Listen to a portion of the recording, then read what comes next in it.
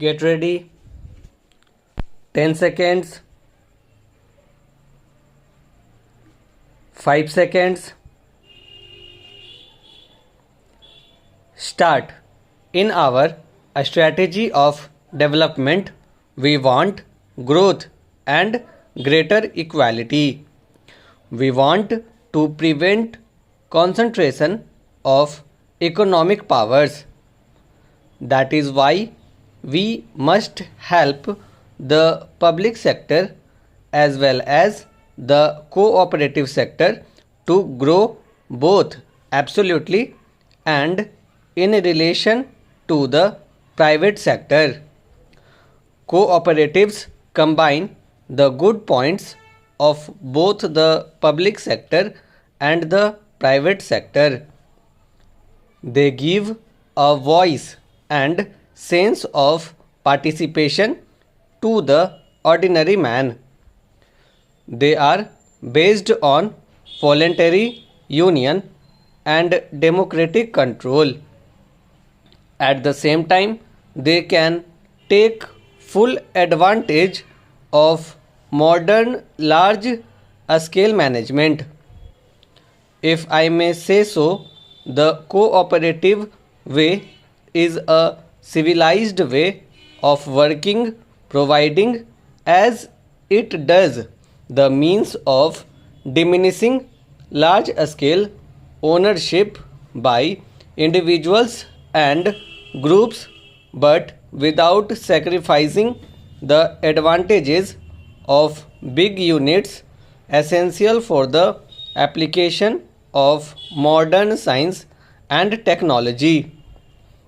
The cooperative thus bridges the gap between a small unit and technology. Dreams cannot become realities unless there are material factors by which we can implement them. It is only through science and technology that we can supply these material conditions. Even the so-called advanced countries assign a major role to the cooperatives. Therefore, I feel they fulfill a more extensive economic function than we are normally aware of. In most European countries as well as in the United States, cooperation is the ruling principle of agriculture. In Japan, cooperatives are a big force. Whether it is agriculture or industry or the services, cooperatives have made a spectacular progress since 1950-51 when we took up planning. I find that the total agricultural credit dispensed by cooperatives was only rupees 300 million in that year, while last year the figure rose to rupees 3,450 million. Over the same period, the working capital of all cooperatives has grown nearly 9 times. I am particularly impressed by the great strides made by this movement in agricultural processing and marketing sectors. Cooperation is an ideal instrument for rural development.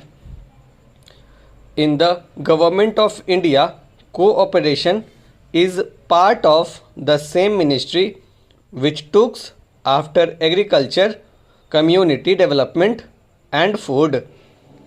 But cooperation has a vital role in urban areas as in rural areas. All over the world, urbanization has led to the erosion of people's ability to live a well adjusted corporate life. People might reside together in cities, but they are isolated and lonely and do not seem to live together. Our cooperators should devote more attention to the consumer movement. The utility of consumer cooperatives is not limited to the fight against rising prices. We have another fight, hardly less important, which is that for quality. Cooperatives can ensure quality in what is produced much better than private trade can. We need much greater participation by cooperatives in banking. In our country, banking has largely remained the preserve of the affluent, at any rate of the middle class and above, not only in its control but even in its reach. It has cared more for the big man than the small man. Only rarely do we find the common people having recourse to banks. Lately, agricultural cooperatives in some areas have begun advancing credit against an approved production program instead of the security of land. A well run cooperative banking program can finance a large number of small entrepreneurs, such as graduates who want to set up a small industries, etc. Cooperative banks can also attract a small savings, especially if they go to the people instead of expecting them to come to them, waiting long hours and filling forms.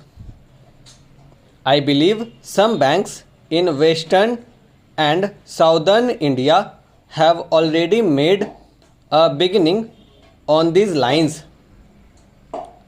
Having spoken of the cooperatives, I must also sound a note of caution. Not all that we hear about the actual working of cooperatives flattering. There is the general belief, which I mentioned, that the cooperatives help the bigger people rather than the small people.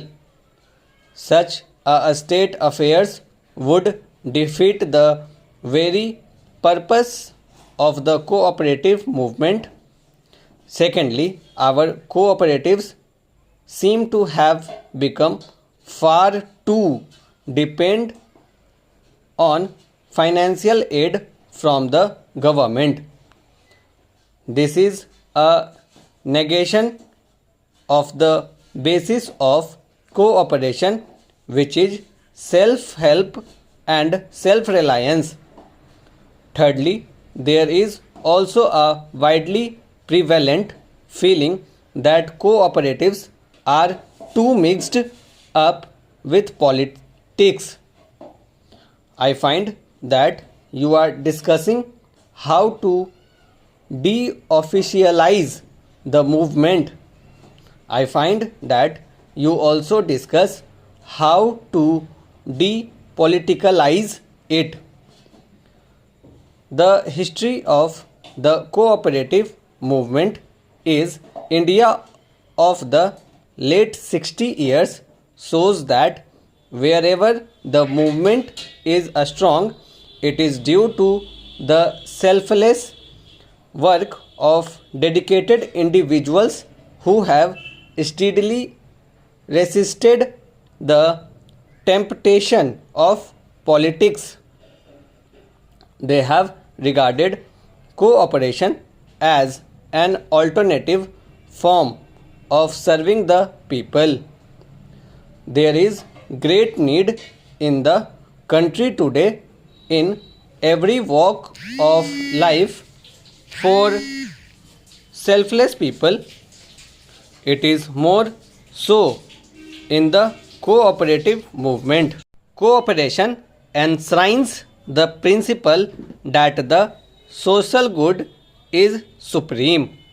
It is because cooperation is a form of social control and also helps the common man to improve his lot. Stop.